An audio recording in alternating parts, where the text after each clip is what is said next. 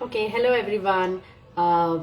Today's live again is going to be with one of our cohort members, and it's an interesting topic today where we're going to be exploring and understanding how youth are switching their interests. I mean, this is a constant, when they're worried that their child is constantly changing interests.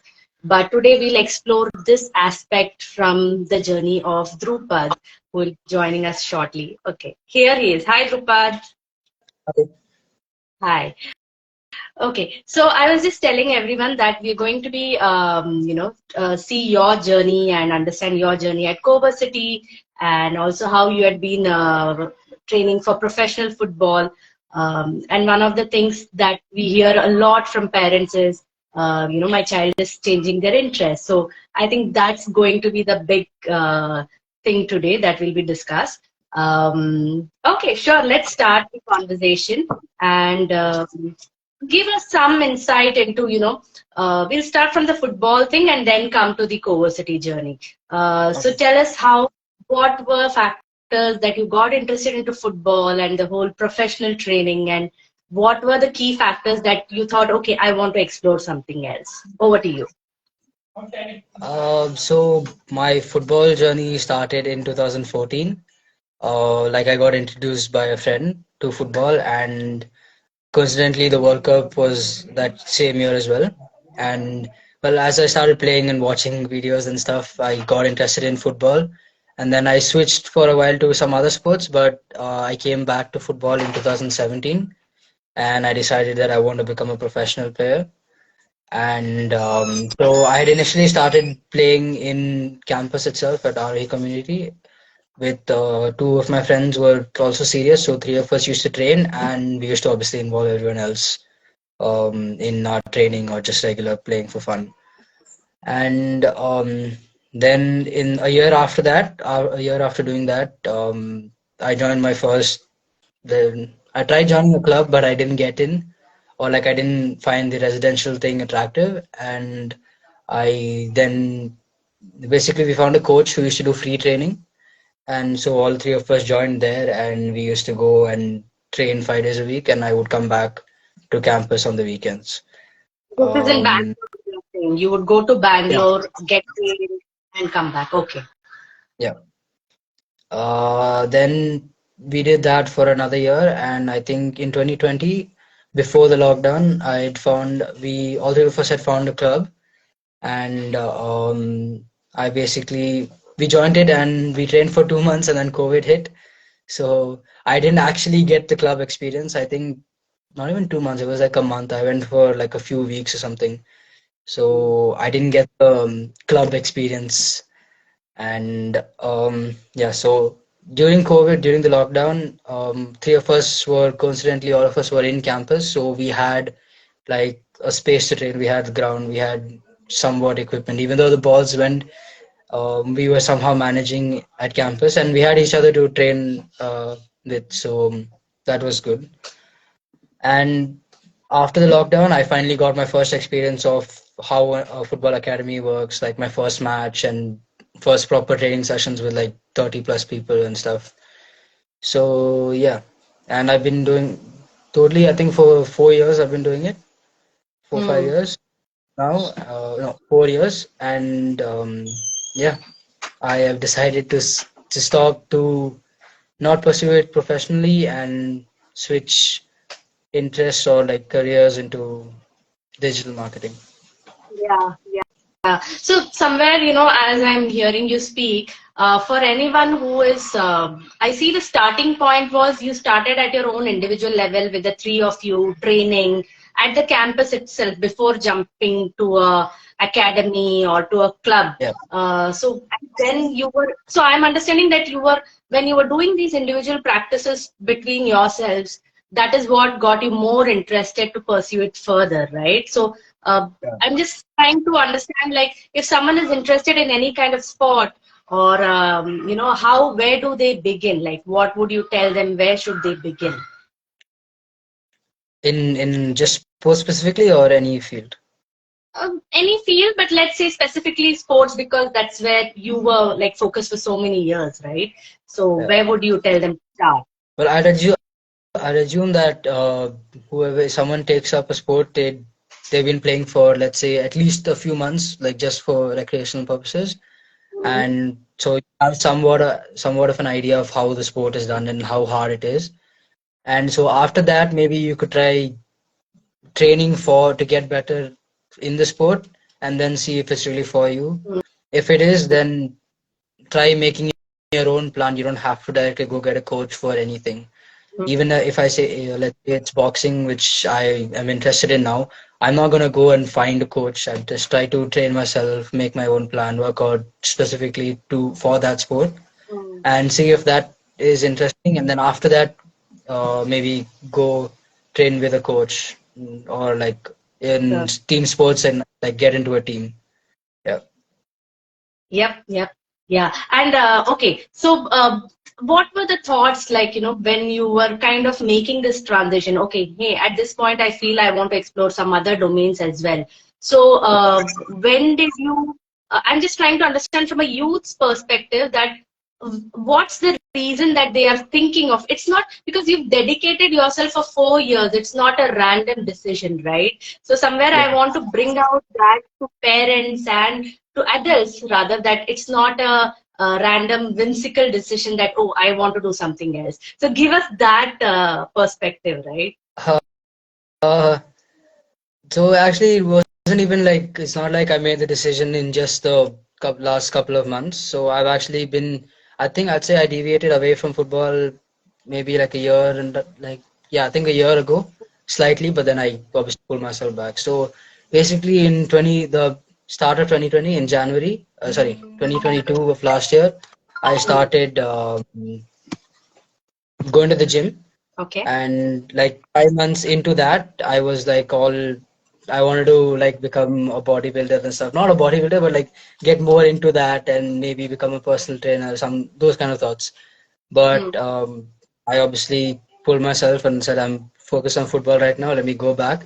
So I Mm. did that until so that was in I think December, November or December of last year. Mm. And from January, which is when our like major tournament started, I kind of put my mind into football back again, changed my whole workout routine, everything until May of this year. So I've been focusing on football that way. But Mm. the past few months, even while playing football, I've been thinking like, do I really want to play?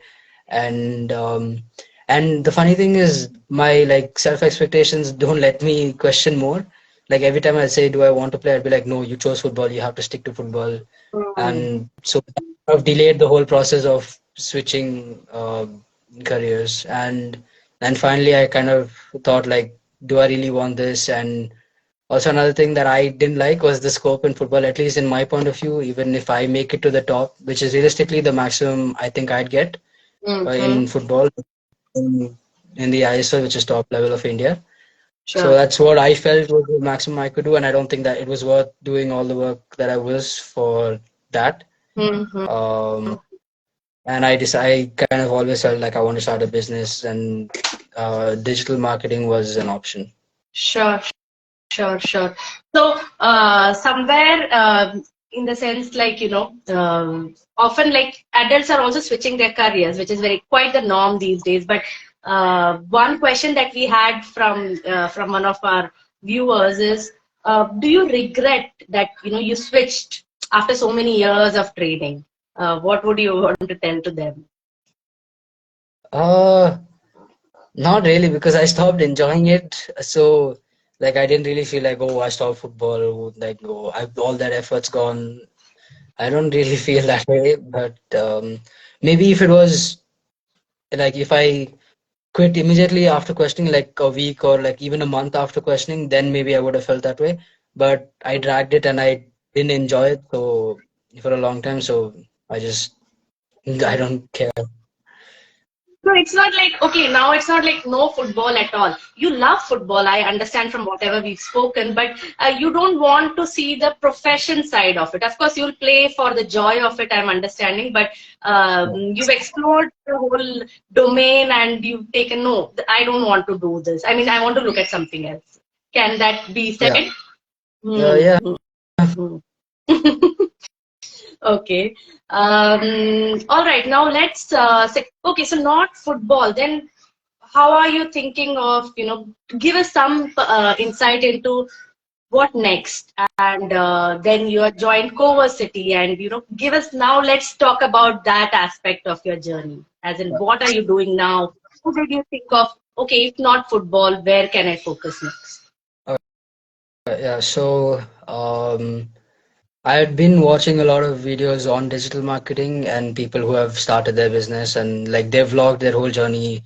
Obviously, YouTubers, they vlog in different fields, almost every field. There's always someone that has documented their life. And I kind of found it appealing, digital marketing. Like I at first explored drop shipping, but I didn't find it that attractive as of Mm-hmm. like here. And I also considered like content making, like no face, like not me putting out my face, but people make compilations and stuff. So I explored that for a bit. This was during football, like I think 2 months or 3 months before I quit. So I was like, I created a couple of YouTube channels, some motivational channels, some, and it was actually harder than I thought. The like making content itself is, you'd think it's really easy, but it's not. Even making basic content is hard. Yeah. And That finally, I came. realization hit you when you started doing things in that domain, right? Like, Yeah, I think it's there everywhere. Even in digital marketing, I haven't explored the paid ads part, which is the main interest right now. Like I run one ad. It was even that one ad took quite some time and quite some understanding to do, at least for me. So I still haven't experienced digital marketing yet, like the paid ad and the normal marketing part of it. So my vision for digital marketing is what I've seen before, that others, the YouTubers who had documented, they have their own digital marketing agency, and that is what my goal was and is as of now. So to achieve that goal, I at first thought that I'll just do this. I'll just put all my focus on this goal and do nothing else. But my parents kind of questioned me and like, do you want to really make these expectations so quickly before you actually experience it? So that's how I joined CoVersity for 1 week. I experienced in CoVersity, and I took like a social media campaign as the week's project. And yeah, so there as well, it's not easy to do it. So I'm right now just experiencing things related to digital marketing. So right now my projects I've taken are building two websites. One is for the organic skincare website, an e-commerce website, and the other one is Aarohi CoVersity's website. We are redoing it, so I'm part of that team. right, right. And yeah, so these are just things related to that. But after these website projects, I want to take up projects like properly of running paid ads so that I can improve it and actually be valuable enough that people pay money. Sure, sure, sure. Hmm. So, somewhere, like when we are almost seeing all this as a switch, right? We feel, okay, we've been in one domain, now we are switching to another domain. But it really doesn't work like that. I mean, you're experiencing that. I've been through so many domains in my own professional career. It's a continuum. We almost never look at it like that. Like, it's not like boxes of, this career, that career, this domain. So tell us like what all are you taking from football and how that's helping you here? Like, that learning that's not gone waste. I mean, that's where we want to show it to people that whether you switch or whether you move on to next domain, it's not gone waste. So tell us, how is it helping? I think important thing that people neglect very often is the physical part of it. Like just being active in general would go a long way. Even if you just walk or just jog, that will go a long way Mhm. in your overall health over time. And I think that the importance to that has obviously it's still there, and but in like a different way, obviously not in the football fitness type. But yeah, otherwise I think dedication for like consistency in dedication is another thing I would say, because I did it for 5 years. I mean, sorry, four for the most part, and yeah, there are plenty of other things that could come, but like they don't make sense like right now. But there are a lot of things that, Mm-hmm. like I would say staying humble, but maybe that's because I wasn't a good enough player. Uh, but yeah. Okay, okay. No, yeah, I get you. Like in the sense, the whole discipline and rigor that that intense experience would have, lent to your whole personality over the course of 4 years. Like mm.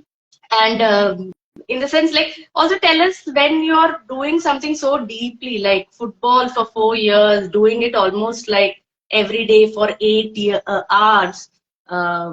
Six, What were six, the changes? the Huh? maximum I've done. Six. Okay. 6 hours is Six the maximum I've done. to 8 hours, like whatever. I'm thinking from a profession, like, you do a job for 8 hours. I mean, that's the Yeah. norm usually.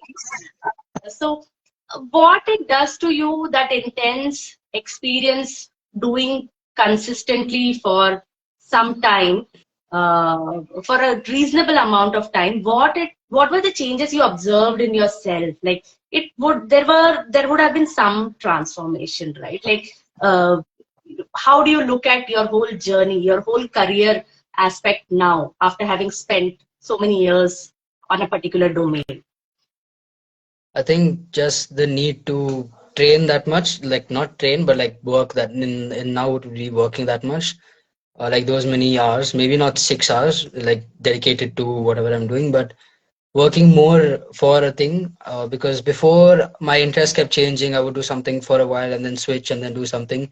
But because in football, it was pretty much even different aspects, you're still doing something for football. So right now, I think even if I do less, I feel like I need to do more. I think that's a big thing that has carried over.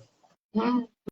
That rigor that that builds over time, and it is not something that you can talk about or just learn. It's like through doing is when that rigor builds into your own whole system, right? Hmm. And what else? Tell me about different aspects of coversity that you've been doing, your daily workouts, or as in terms of your interested domain. Uh, we have like I think the morning planning sessions are helpful, Mhm. because we get to like our whole cohort can arrange stuff and coordinate with each other and like plan. If I need help from someone, I would ask them, and we would schedule a time for us to meet separately and discuss about that. So I think just being updated on what the other person is doing, you never know that if they might have something similar they're doing or something that you need, you can still go and ask them. That time is there in the morning to figure that out. And daily workouts are also good because you need habits to improve in anything. So I think that's a good place to start, even if it's not related directly to your project, you to your current project, but it's related to your goal, like the bigger project where like you want to find an internship in that project. I think if you pick a daily workout somewhat related to that, you can start learning before you get the intern, like apply for the internship.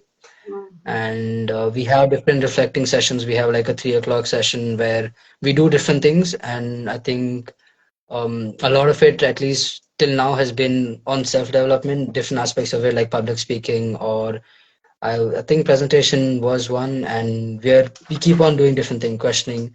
So just working on these things separately through small projects that would take maybe half an hour to prepare for and present it to a group of like only 7 people, 7 to 10 people.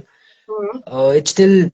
It still makes a difference doing it in front of people, these small things. So I'd say that's good. And obviously in the evening we have a little bit of fun. We sometimes play games and stuff. So yeah. Right.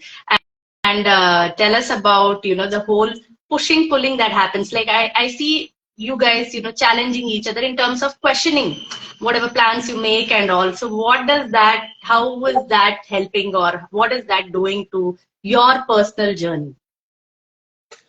I think it's the basic thing that everyone feels and like goes through is like staying in your comfort zone. And if you have more than one person you're being held accountable, then obviously you have to keep your word if you are that kind of person. Like you try to keep your word and prepare for whatever you're doing. So I think that's a good aspect of it. Right.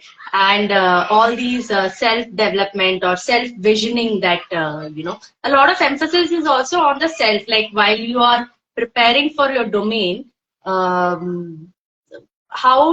do these things help you, help in your journey in the sense like one is, yes, you're building skills that would be required to get an internship or that's required in your domain, but somewhere you're also building yourself uh, to kind of take charge of your whole journey. So maybe you want to share about what's happening in these self development or self visioning exercises that you're doing.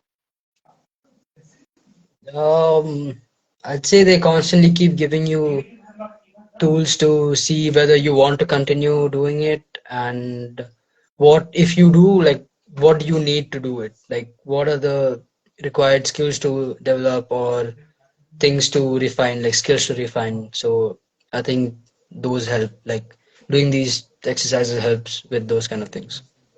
Give us some example, no? Like tell us about one exercise that you would have done about and how these skills come into play. So I've been wanting to improve my public speaking for a while, and I thought it was improving, but Mhm. we had like a public speaking thing, like everyone had to prepare on a certain subject and present it to the group, obviously verbally. And during that, I realized I was stuttering too much, and yeah, that made me conscious, like I need to still work on it. So even like doing these kind of lives, I try to put my thought across and if necessary take those breaks to not say some random stuff that doesn't make any sense. So that's just one aspect that I have observed, and obviously there are many various other skills to develop. Sure. So you're already doing a live with us, so that's like a big win for all of us. Yes. So, okay. Anything else that you want to add from your end before we kind of wrap up, or uh, like how at this point of time, like you've kind of been here for 3 weeks now, and you've done some work in digital marketing, and you've been with this cohort, like doing all sorts of things in your domain and otherwise having fun. So what is the general feeling like? What is the feel like? What's the vibe like, if I may ask? I mean, there is quite a bit of fun that happens, but I think in general, everyone, at least the people who are in their stage of in the stage of refining their expertise and like getting an internship or starting to go further in their field, I think those people are like dedicated over here and are working towards that. So at least for this cycle, which is 6 months, I think it's like you can structurally plan how you want to improve. And also coversity, since we have a lot of connections and we Mhm. can use those to find ourselves internships and go further. So I think that's one of the main reasons I joined, is to improve structurally, and then because I can create my own structure, so I decide how much I want to learn and how fast.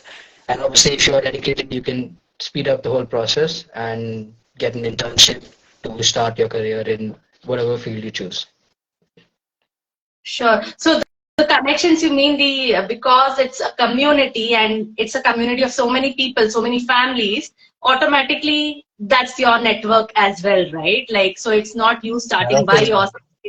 You have a whole dedicated community to kind of help in and pitch in wherever needed. So wonderful. Yeah. I think we've kind of got a glimpse of what all you've been doing, and of course, we'll be coming back as you keep going further in your journey.